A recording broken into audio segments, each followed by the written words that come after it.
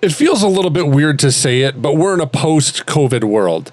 And with that, many are turning to the COVID experience and how much of the world handled COVID and are blaming current issues on past decisions.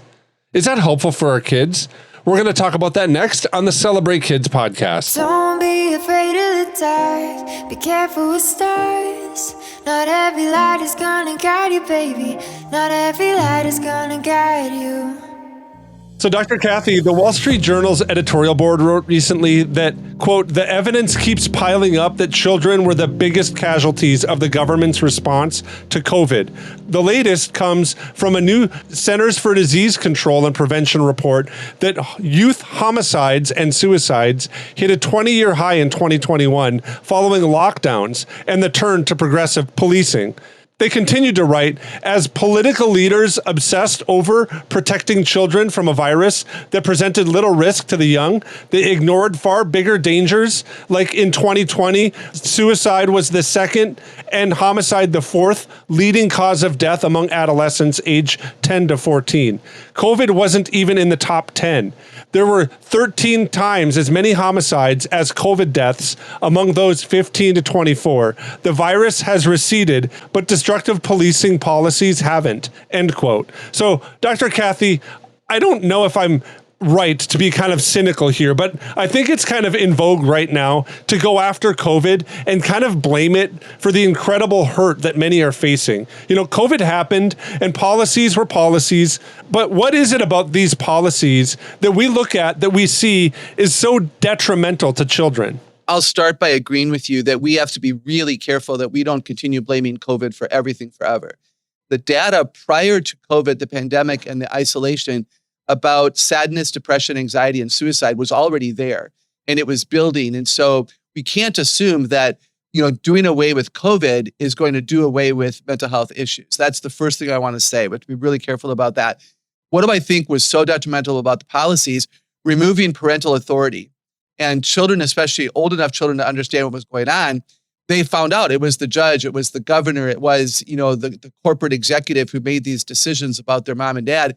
And moms and dads didn't have a whole lot to say about whether or not we're allowed to go outside, whether or not you must or must not be vaxxed or wear a mask. And so children potentially got the message that my parent is irrelevant. My parent is not my authority. And that, of course, is really dangerous because parents are authority, and I hope they live to earn children's obedience because parental authority is necessary. But again, if you're not a good parent, then your kids are going to walk and they're going to wonder what in the heck you're talking about. The other thing that's really important to understand about children is they were lacking school.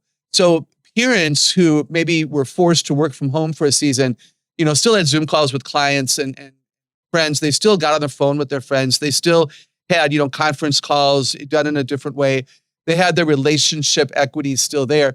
But for our children who were used to going to school, if they weren't homeschooled, now homeschooled kids missed out on the cooperative and the field trips and all that. But children who went to a Monday through Friday school, that was their success place. That was where another adult spoke life into them.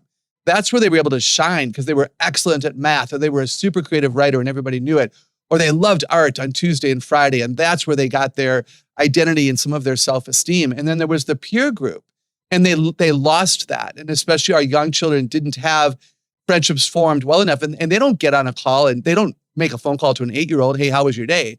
That's just not how little kids, manage their relationships. So I think those are huge things that have affected our children that didn't have the same mental effect upon young adults and older adults. Yeah, I think that's important to consider and understand. And I think there's also just kind of this place that we end up kind of being in where, like you said earlier, we kind of point our fingers at COVID and say it's kind of to blame for these things.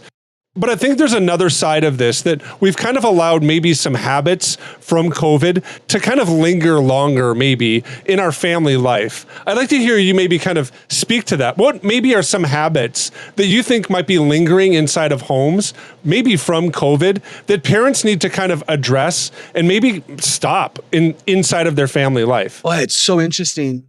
During the pandemic, and even since so many adults are able to work from home, because companies found out that it was efficient and successful. What children have told me is that they were with their parents, but not with their parents. So dad went down to the office and shut the door, and they were not allowed to talk to him. And mom was always busy on, a conference call or a phone or always typing. And so they were physically present, but not available in any kind of way. And I wonder if that habit has been set. And now I respect that if a mom or dad is working from home in an office from 7 to 3, the kids need to, for the most part, stay away unless there's an emergency. And they're capable of learning that. But at 3:00, do you leave your office, shut the door, and are you now a dad? Are you now a mom? Or are the children still confused about, is my dad working or is my dad now, a husband and a dad? So maybe that's a conversation to have. Hey, I changed my clothes, or notice that my phone is not in my pocket and I'm here to play checkers, or let's shoot hoops out in the driveway. So I wonder if we're living together but not really interacting well. And I think that would be a real tragedy. I also think that isolation became convenient for some people, including not going to church. It was just easier to sleep in. It was easier to not, hair and makeup. It was easier not to buy new shoes or whatever. So have we made sure to get out and to realize the value of relationships, the value of iron sharpening iron? Do we encourage our kids to invite friends over, or did we get lazy? When's the last time we invited somebody over for lunch? Because for so long we couldn't. I wonder if those are habits that we had that stopped, or maybe we never had them, but we realize now there'd be such value in entertaining and having a welcoming, hospitable spirit about our families. And hasn't it been fun this summer to watch kids go to camp?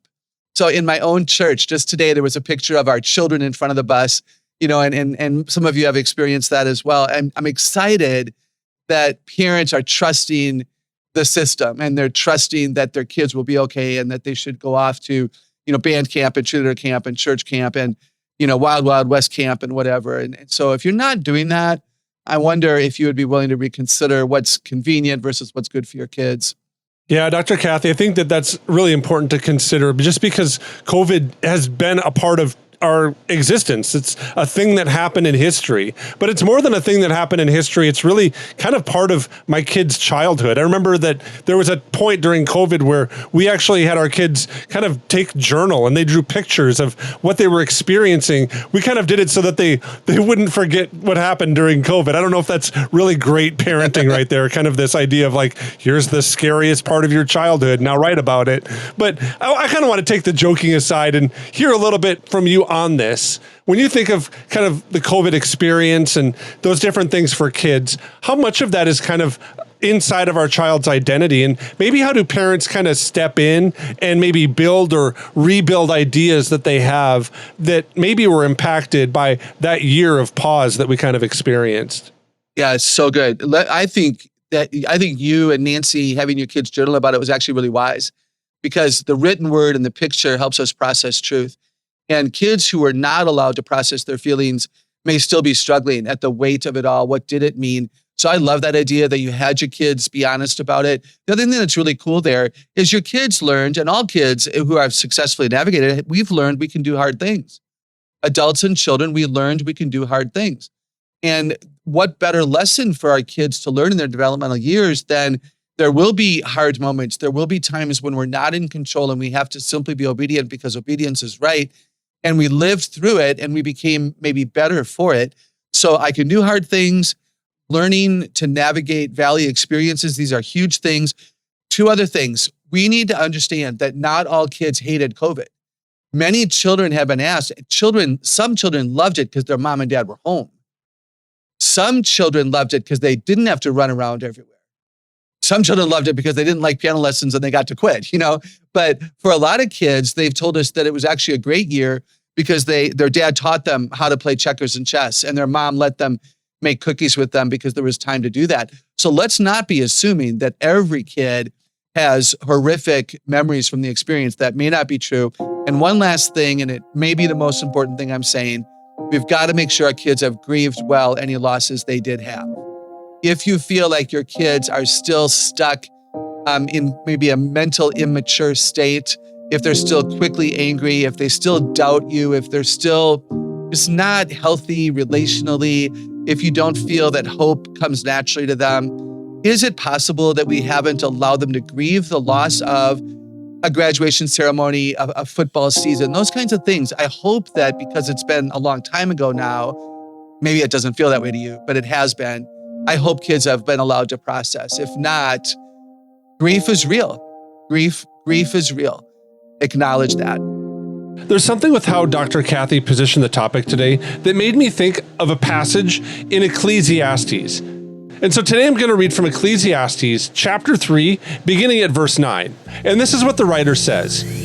What gain has the worker from his toil? I have seen the business that God has given to the children of man to be busy with. He has made everything beautiful in its time. Also, he has put eternity into the hearts of men.